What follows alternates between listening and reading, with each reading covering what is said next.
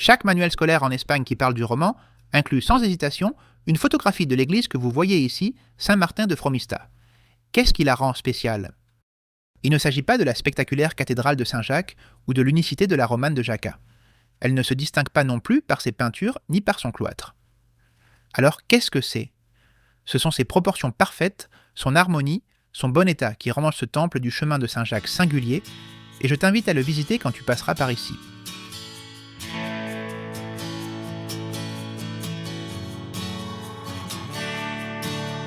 L'église a été construite vers le milieu du XIe siècle sur l'ordre de la reine Muña de Navarre, veuve de Sancho le Grand.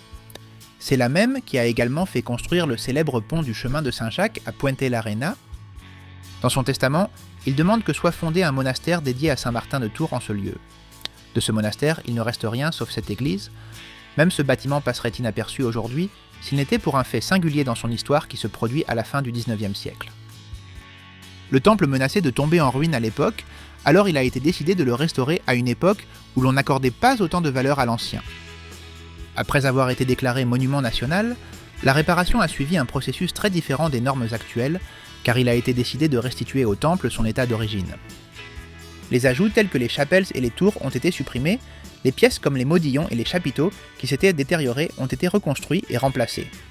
Et les copies parfaites étaient meilleures que les originales usées. Cette technique, impensable aujourd'hui, est précisément celle qui a relancé sa renommée et a fait du temple un exemple classique du roman. Aujourd'hui, c'est l'un des monuments les plus visités sur le chemin de Saint-Jacques de Compostelle.